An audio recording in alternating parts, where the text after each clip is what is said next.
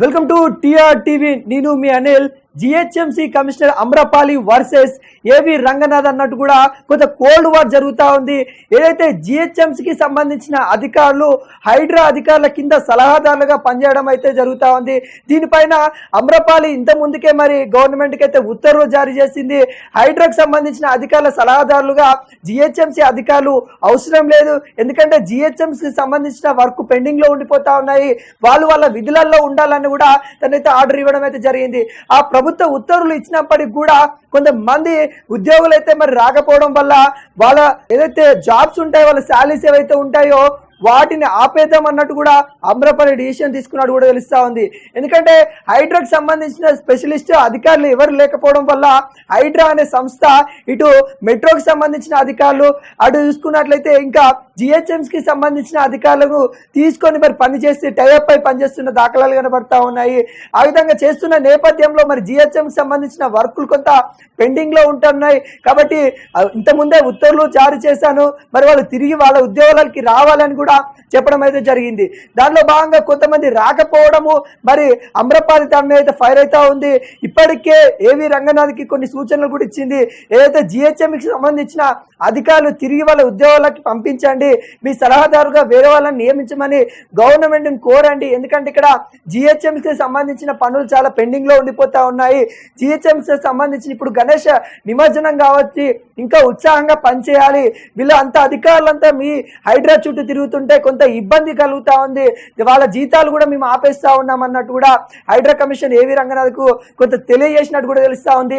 వీళ్ళిద్దరి మధ్యలో కొంత కోల్డ్ వార్ కూడా జరుగుతున్నట్టు కూడా తెలుస్తా ఉంది. ఎందుకంటే హైడ్రా కమిషన్ ఏమో ఏం చెప్తా ఉన్నారు, హైదరాబాద్కు సంబంధించింది ఏ కబ్జా చేసినా కానీ ఏదైనా కానీ చెరువులు కుంటలు కబ్జా గురైపోతే వాటిని కాపాడుకునేందుకు ఇటు జిహెచ్ఎంసీ వాళ్ళు కూడా కంపల్సరీ అధికారులు ఉండాల్సి వస్తుంది, అటు ప్రతి ఒక్కరు కూడా ఉండాల్సి వస్తుంది. కాబట్టి వాళ్ళను తీసుకొని మరి మేమైతే ఈ కార్యాచరణలు చేస్తా ఉన్నాము, ముందుకెళ్తా ఉన్నాము. ఈ రోజున వాళ్ళని అలా పిలిచి వాళ్ళని కొంతమందే కదా మా దగ్గర పనిచేసేదని కూడా తను చెప్పే ప్రయత్నం చేసినప్పటికి కూడా ఏవి రంగనాథ్ కూడా ఈ విధంగా చెప్పే ప్రయత్నం చేసినప్పుడు కూడా అమ్రపాలి ఒకే వాదన అయితే తనైతే వినిపిస్తా ఉంది. ఏదైతే విజిలెన్స్ డిపార్ట్మెంట్కి సంబంధించిన వాళ్ళు ఎవరైతే ఉంటారో వాళ్ళు ఖచ్చితంగా వాళ్ళ విధిలోకి రావాలి, వాళ్ళ డ్యూటీలు వాళ్ళు చేసుకోవాలి. ఇప్పటికే ఎంప్లాయీస్ కొరత కొంతవరకు కనిపిస్తా ఉన్నట్టు కూడా అమ్రపాలి తెలియజేసినట్టు కూడా తెలుస్తా ఉంది. అంటే ఇక్కడ స్వయంగా మనకి అమ్రపాలి వర్సెస్ ఏవి రంగనాథ్ కొంత కోల్డ్ వార్ జరిగినప్పటికీ కూడా ఎంప్లాయీస్ కొరత ఉన్నట్టు కూడా మనకైతే తెలుస్తా ఉంది.